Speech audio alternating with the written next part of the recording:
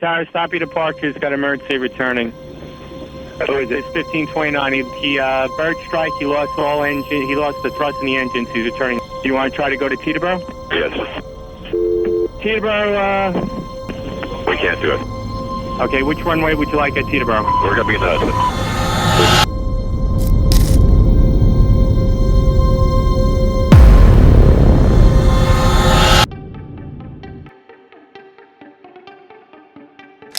15 जनवरी 2009 LaGuardia airport flight 1564 जिसने 3:25 पर लुगाडिया एयरपोर्ट से शार्लेट के लिए टेक ऑफ करना था।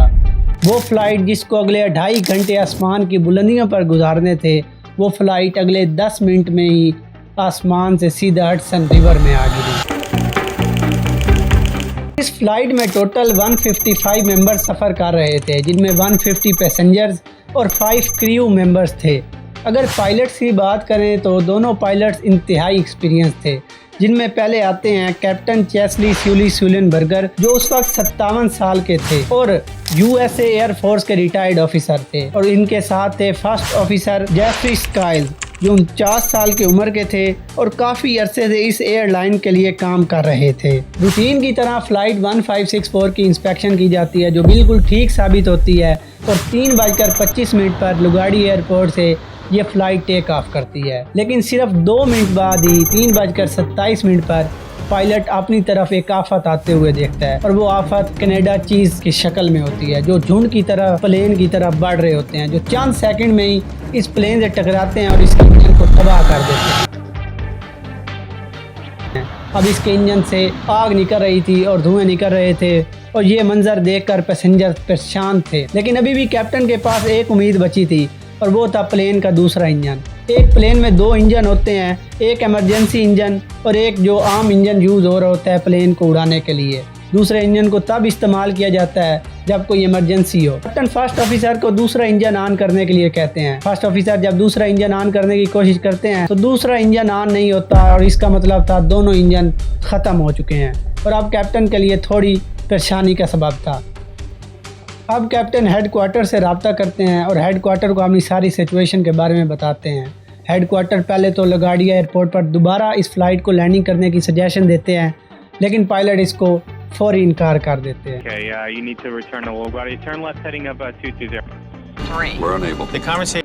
कैप्टन जान चुके थे कि इस प्लेन के दोनों इंजन फारिग हो चुके हैं और इस प्लेन को जल्द से जल्द कहीं लैंड करवाना होगा, क्योंकि ये प्लेन बहुत तेज़ी से ग्राउंड लेवल पर नीचे आ रहा था। एक बार फिर हेडक्वार्टर से रब्ता किया जाता है, जिस पर हेडक्वार्टर इस बार इनको टेटेबरो बिल्कुल साथ ही एयरपोर्ट था वहाँ लैंडिंग की सजेशन देता है। Anything in New Jersey, maybe Teterboro. Okay, yeah, off your right side is Teterboro Airport. Do you want to try to go to Teterboro? Yes. लेकिन कुछ ही देर में कैप्टन सुलेनबर्गर को अंदाज़ा हो जाता है कि प्लेन शायद टेटेबरो तक ना पहुंचे। इस वजह से उनको एकदम ख्याल आता है कि वो हडसन रिवर के पास ही है, तो क्यों ना रिस्क लेकर हडसन रिवर के ऊपर लैंडिंग की जाए। जब आखिरी बार हेडक्वार्टर और कैप्टन का रब्ता हुआ तो वो बहुत छोटा था, जिस पर आखिरी अल्फाज जो कैप्टन के थे वो हडसन रिवर ही थे कि वो हडसन रिवर पर लैंडिंग करने जा रहे हैं, और उसके बाद ये रब्ता मुअत्तल है। Okay, which runway would you like at Teterboro? We're going to be in the Hudson. I'm sorry, say again, Cactus? इस तरह कैप्टन फ्लाइट 1564 को हडसन रिवर में उतार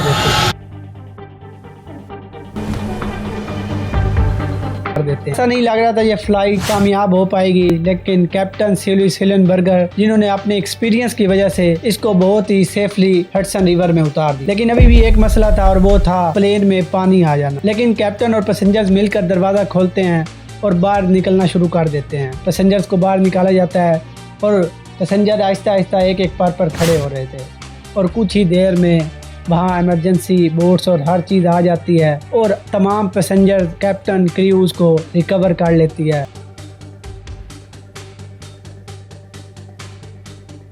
और इस तरह ये एक बहुत बड़ी लैंडिंग साबित होती है, जिसको दी मिरेकल ऑफ हडसन भी कहा जाता है, और इसके लिए दोनों कैप्टन्स को अवार्ड भी दिए गए। अगर स्टोरी अच्छी लगी हो तो वीडियो को लाइक करिएगा, चैनल पे नए हैं तो चैनल को सब्सक्राइब करिएगा। मिलते हैं अगली वीडियो में। खुदा हाफिज़।